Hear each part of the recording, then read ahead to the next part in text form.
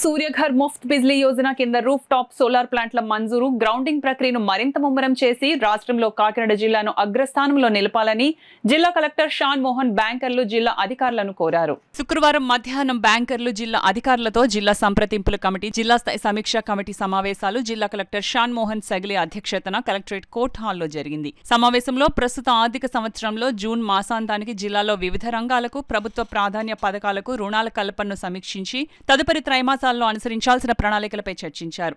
ఈ సందర్భంగా జిల్లా కలెక్టర్ మాట్లాడుతూ గత జూన్ మాసాంతానికి జిల్లాలో వ్యవసాయ రంగంలో స్వల్పకాలిక రుణాలుగా 1855 కోట్లు, టర్మ్ ఇన్ఫ్రాస్ట్రక్చర్ యాన్సిలరీ రుణాలుగా 2384 కోట్లు వెరసి 4239 కోట్ల రుణాలను రైతులకు పంపిణీ చేయడం జరిగిందన్నారు.